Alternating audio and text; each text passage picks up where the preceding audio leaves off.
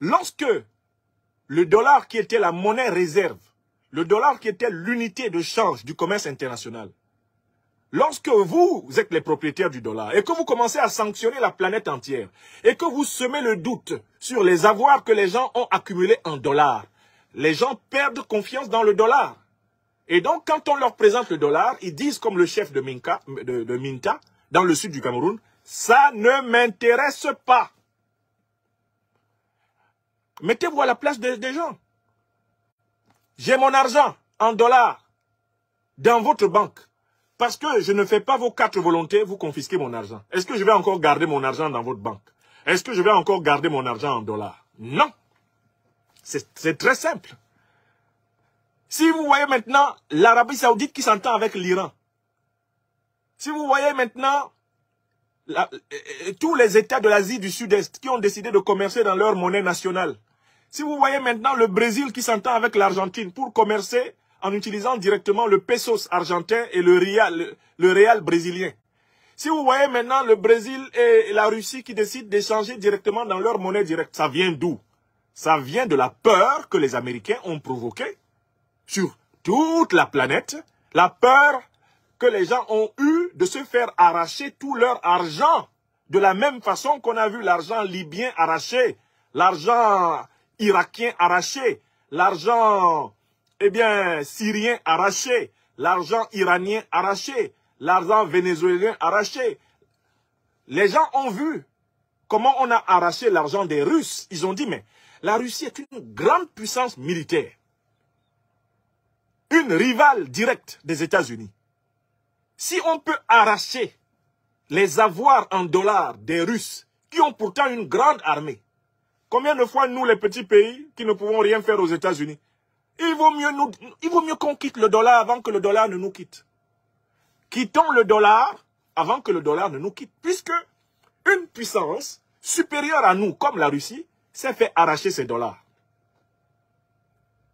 Qu'en est-il alors des pays africains qui ne sont même pas encore des puissances? Quel intérêt ont-ils à prendre du dollar alors qu'ils savent que on peut arracher ça du jour au lendemain et puis il n'y a rien, comme on dit à Abidjan. Donc, il faut que vous compreniez du dollar. L'effondrement du dollar n'est pas le fait des 3/4 du monde, mais il est le fait des États-Unis. Ça pose le problème de l'intelligence qui gouverne aujourd'hui en Occident. Toutes les sanctions qu'ils ont prises se sont copieusement retournées contre eux. L'augmentation du prix du pétrole. L'augmentation du prix du pétrole est la conséquence du comportement des Américains, des Occidentaux, qui se permettent de poser un prix plafond du pétrole alors qu'ils ne produisent pas du pétrole. Vous n'avez pas le pétrole chez vous. Il y a du pétrole en Russie, il y a du pétrole en Afrique, il y a du pétrole en Amérique latine. Et vous voulez imposer un prix plafond du pétrole russe. De quel droit? Tu es chez toi, avec tes richesses. Quelqu'un est là-bas dehors, il dit que lui va t'imposer le prix de tes richesses. Et il te demande d'obéir. Mais pour qui ils se prennent? Alors, donc, il y a un vrai problème d'intelligence aujourd'hui à la tête de l'Occident. Et ce problème d'intelligence se manifeste dans les propos qui ont été tenus par Madame Karine Jean-Pierre, qui est la responsable de communication, porte-parole de la Maison-Blanche. Madame Karine Jean-Pierre, là c'est le deuxième élément que je vous donne. Madame Karine Jean-Pierre a dit une chose incroyable. Elle a dit ceci: les États-Unis ne permettront pas à d'autres pays de lui dicter leurs conditions dans le commerce mondial. Nous voulons avertir que la violation des droits des Américains ne restera pas sans conséquence pour ces pays. Et elle continue. Nous sommes profondément préoccupés par les transactions commerciales entre la Chine et le Brésil dans leur monnaie nationale au lieu du dollar américain. Il s'agit d'une violation des droits de nos citoyens américains qui dépendent d'un taux de change stable du dollar sur le marché mondial. Est-ce que vous avez entendu ce que dit Madame Karine Jean-Pierre, américaine d'origine haïtienne, actuellement porte-parole à la Maison-Blanche? Est-ce que vous avez entendu ce que la dame l'a dit? Je recommence une deuxième fois, pour que vous commenciez à écouter ce qu'elle a dit. Les États-Unis ne permettront pas à d'autres pays de lui dicter leurs conditions dans le commerce mondial. Nous voulons avertir que la violation des droits des Américains ne restera pas sans conséquence pour ces pays. Et elle continue. Nous sommes profondément préoccupés par les transactions commerciales entre la Chine et le Brésil dans leur monnaie nationale au lieu du dollar américain. Il s'agit d'une violation des droits de nos citoyens américains qui dépendent d'un taux de change stable du dollar sur le marché mondial. Et une troisième et dernière fois. Citation de Mme Karine Jean-Pierre. Mon attention a été attirée sur les propos de Mme Karine Jean-Pierre par ma jeune sœur, la géopoliticienne Moua Mbouyi, qui est sur Twitter. C'est elle qui a rapporté avec précision les propos de la porte-parole de la Maison-Blanche, Karine Jean-Pierre, d'origine haïtienne. Vous voyez, il y a toujours les Africains pour servir à ce genre de travail. C'est triste, hein? Karine Jean-Pierre dit ceci. Les États-Unis ne permettront pas à d'autres pays de lui dicter leurs conditions dans le commerce mondial. De leur dicter leurs conditions dans le commerce mondial. Nous voulons avertir que la violation des droits des Américains ne restera pas sans conséquence pour ces pays. Nous, Américains, sommes profondément préoccupés par les transactions commerciales entre la Chine et le Brésil dans leur monnaie nationale au lieu du dollar américain. Il s'agit d'une violation des droits de nos citoyens américains qui dépendent d'un taux de change stable du dollar. Fin de citation. Bon, analysons les propos de Mme Karine Jean-Pierre. Elle dit que lorsque deux pays souverains, comme par exemple la Chine et le Brésil, décident de faire des échanges économiques dans leurs monnaies respectives, le yuan chinois et le réal brésilien, ça, c'est une atteinte aux droits des États-Unis. Madame Karine Jean-Pierre, porte-parole de la Maison-Blanche, nous dit que lorsque deux États souverains, la Chine et le Brésil, décident d'échanger en utilisant leur monnaie nationale, c'est une atteinte aux intérêts des États-Unis. Si on pousse bien le raisonnement, Madame Karine Jean-Pierre dit que le monde appartient aux États-Unis et qu'il ne doit pas y avoir un échange commercial sur la terre sans que les États-Unis n'en tirent un intérêt. Madame Karine Jean-Pierre estime que, par peur d'être puni par les États-Unis, tout le monde est obligé de passer par le dollar pour échanger sur le plan international. Celui qui ne passe pas par le dollar sera quoi? Sanctionné. Il dit, cela ne restera pas sans conséquence pour ces pays. Elle promet des sanctions à tous les pays de la planète qui font des échanges économiques bilatéraux sans utiliser le dollar. Voilà le summum de l'absurdité, de l'arrogance de l'Occident. Voilà le summum de l'absurdité, de l'arrogance américaine. Voilà le summum de l'absurdité de la domination occidentale. Si vous, autre pays du monde, vous n'échangez pas dans ma monnaie, je vous punis. C'est arrivé jusque là-bas. Alors, moi, je me pose ce matin la question. Les déclarations de Mme Jean-Pierre, porte-parole de la Maison-Blanche, sont-elles de nature à renforcer la confiance dans le dollar et à donner envie aux opérateurs économiques étatiques et non étatiques d'utiliser le dollar? Je recommence la question. Ce qu'elle vient de dire là, est-ce que cela va encourager les autres pays du monde à continuer à constituer des réserves de change en dollars? Est-ce que cela va encourager les autres pays du monde à continuer à utiliser le dollar, à stocker leurs richesses en dollars? Est-ce que ça va encourager les autres pays du monde à confier leurs richesses aux banques occidentales qui, à travers le yen, à travers l'euro, à travers le dollar, organisent le contrôle du système économique mondial?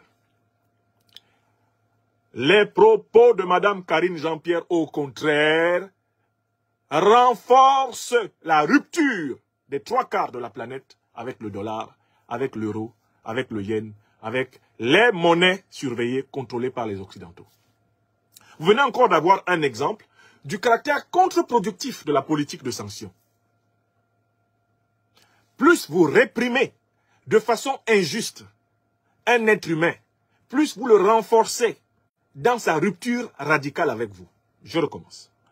et c'est valable pour les États, plus vous réprimez un individu ou un peuple de manière aveugle, de manière injuste, de manière arbitraire, de manière barbare, plus vous renforcez la détermination de cet individu ou de ce peuple à vous détester et à vous combattre. Voilà pourquoi il est établi qu'aucun État dans ce monde n'est devenu ami d'un autre État qui a passé son temps à le sanctionner. Aucun État dans ce monde n'est devenu ami d'un autre État ayant passé tout son temps à le sanctionner, à le punir. Et là, je vais vous donner un troisième exemple pour vous montrer le caractère contre-productif de la politique de sanction. Le caractère contre-productif de la politique de sanction. Moi-même, je vis ça ici. Je vous en ai parlé dans la première partie de la conférence. Je critique la politique africaine de la France. Au lieu de m'opposer des arguments, parce que je suis un intellectuel, mettez face à moi des intellectuels qui pensent le contraire. Eux aussi, qu'ils ouvrent les chaînes Facebook, des chaînes YouTube, pour défendre la politique africaine de la France. C'est cela que vous devriez faire. Mais ce que vous choisissez, c'est de trouver tous les moyens possibles pour me punir, tous les moyens possibles pour me priver de ma liberté, pour me livrer à la misère avec ma famille. Mais écoutez, quel est le résultat de tout cela? C'est que vous me déterminez à continuer le combat. Vous m'amenez à développer une résilience psychologique, c'est-à-dire que vous m'amenez à développer un dégoût de votre système. Cela s'applique avec les États. Les propos de Mme Karine Jean-Pierre, à propos de la suprématie du dollar, en fait, paradoxalement, sont des propos qui nuisent à la suprématie du dollar. Ce sont des propos qui sabotent le dollar. Parce que ce sont des propos qui surenchérissent dans la logique de la punition, de la sanction, etc. Alors, voilà pourquoi je vais au troisième exemple. Je vous ai dit, on va lire des informations séparées, vous allez voir le lien. Même ce dont je vous ai parlé à l'entrée de la conférence, ma situation en France. Vous voyez bien que c'est ça. C'est bien ça. L'esprit de Mme Karine Jean-Pierre, c'est l'esprit de M. Macron. Ils ne doivent pas être contestés. Personne ne doit, dans l'espace où ils ont le pouvoir politique, exprimer des opinions qui soient écoutées mieux que les leurs. Au lieu de construire un débat, d'entrer dans un combat d'idées, ils combattent les idées. Ils combattent le fait même qu'il y ait des idées. Ils ne veulent pas qu'il y ait des idées. Alors là, il y a un troisième exemple. Voilà un pays qui est sous occupation américaine depuis les années 90. C'est l'Irak. Un pays qui est sous occupation américaine depuis les années 90, c'est l'Irak. Et voici ce qu'a dit le Premier ministre irakien. Je vous cite les propos du Premier ministre irakien. Les propos du Premier ministre irakien.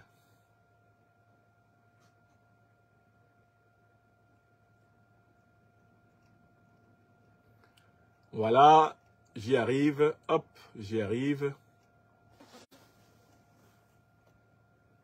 Voilà. Le Premier ministre irakien exige la fin de la présence militaire des États-Unis. La présence de troupes et de combats étrangères sous commandement américain en Irak est totalement injustifiée, dans la mesure où les forces irakiennes sont pleinement à même de défendre la sécurité du pays, a affirmé le Premier ministre irakien Mohamed Shia al-Soudani. Ça fait bientôt 30 ans que les Américains sont en Irak. Depuis les années 90, se sont installés de force en Irak. Saddam Hussein n'était pas d'accord. Les Américains ont imposé à la tête de l'Irak des Irakiens qui leur étaient compatibles. Mais même ces Irakiens-là finissent par dire aux Américains, il faut partir, on ne veut pas de vous. Est-ce que vous pouvez comprendre pourquoi ceux qui étaient les ennemis des Américains leur ont demandé de partir, les partisans de Saddam Hussein? Mais ceux qui étaient les amis des Américains aussi, maintenant, leur demandent de partir. Vous pouvez comprendre pourquoi? Vous savez pourquoi? Exactement. Parce que tout le temps que les États-Unis ont été présents en Irak, ils ont administré l'Irak par la violence, par la menace, par le chantage. Ils ont administré l'Irak par une brutalité permanente. Donc, en fait, ils n'ont réussi qu'à décupler, le sentiment anti-américain. Parce qu'ils sont incapables d'avoir des relations humaines avec les peuples qu'ils combattent, qu'ils écrasent, qu'ils dominent. Il passe d'une forme de violence à une forme de violence encore toujours plus importante. Et ça donne un dialogue de sourds avec le reste de la planète, comme celui-ci que je vais maintenant vous rapporter. Vous allez voir un dialogue de sourds, typique de cette domination, le dialogue de sourds. Alors j'ai retrouvé un échange qui a eu lieu entre un journaliste chinois et le porte-parole de l'ONU, M. Farhan Haq, serviteur de l'impérialisme occidental. Le porte-parole de l'ONU est en train de parler et le journaliste chinois lui pose des questions. Après, je vais vous rendre compte de l'entretien.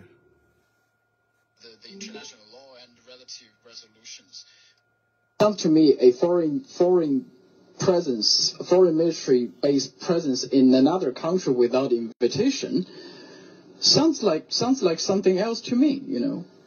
I'll leave you in. I think the presence of the U.S. military in Syria is illegal or not. Le journaliste chinois demande à M. Haq, porte-parole de l'ONU, si la présence de l'armée américaine en Syrie est légale ou pas. Parce qu'on parle de l'invasion de l'Ukraine par la Russie.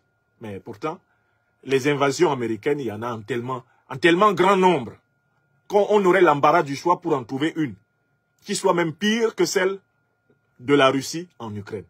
Et donc, le journaliste chinois demande au porte-parole de l'ONU, est-ce que vous estimez que c'est légal et que c'est légitime que l'armée américaine soit actuellement en territoire syrien? La réponse du porte-parole de l'ONU fait pitié.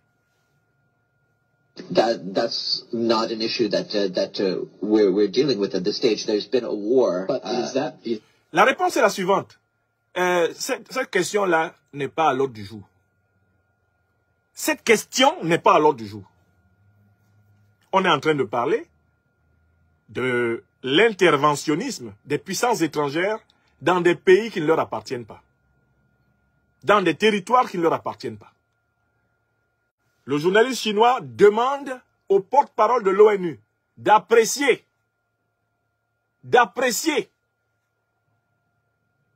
la présence militaire américaine sur le sol syrien et de dire de quelle nature est-ce qu'elle est. C'est une invasion, oui ou non? C'est une agression, oui ou non? C'est une présence illégale et illégitime, oui ou non? Réponse du porte-parole de l'ONU, ce n'est pas le sujet du débat. Donc en fait, les États-Unis se considèrent comme une puissance dont on ne doit pas juger les actes. Ils se considèrent comme une puissance dont on ne doit pas discuter des actes. Ces actes ne se débattent pas. Ces actes sont des décrets divins sur la terre. Vous comprenez la suite de la conversation? Because it sounds very familiar. This week we talk a lot about the UN Charter, the international law and relative resolutions. But it sounds to me a foreign presence, a foreign military-based presence in another country without invitation. There's at this stage. What's the difference between? Le journaliste chinois est très pugnace. Il s'accroche. Il lui dit, mais nous sommes en train de parler de droit international. Nous sommes en train de parler du cadre de coopération ici à l'ONU. Et l'ONU a été basée sur le principe de la souveraineté des peuples. Et je vous pose une question toute simple. Est-ce que les Américains, par leur présence militaire en Syrie, respectent le droit international tel que nous l'avons formulé? Est-ce qu'ils respectent les principes généraux du droit international qui sont au fondement de l'ONU? Notamment le principe de la souveraineté nationale, de la souveraineté territoriale. Est-ce que les Américains respectent cela? C'est ce que je vous demande. Et le porte-parole de l'ONU continue à manger sa bouche. The situation in Syria and the situation in Ukraine. There's no U.S. armed forces inside of Syria. Le représentant de l'ONU dit qu'il n'y a pas de soldats américains en Syrie. There is no American armed force in Syria. Astaghfirullah. Là, le journaliste chinois est dépassé. Même les soldats américains qui sont en Syrie, ils sont dépassés par les propos de ce vassal de l'ONU. C'est juste incroyable. Le type nie l'évidence. L'armée américaine n'est pas en Syrie. Qui d'entre vous, là, vous êtes plus de 2000 personnes à regarder cette conférence, qui d'entre vous ignore que l'armée américaine est en Syrie? Les Syriens le savent, les Américains le savent. Le monde entier le sait, sauf le porte-parole de l'ONU. Vous comprenez pourquoi? Ceci engendre la colère, ceci engendre le dégoût de plus de 3/4 de la planète. Hein? Cette instrumentalisation occidentale du droit international, vous voyez à quel point ça déclenche des colères inextinguibles. So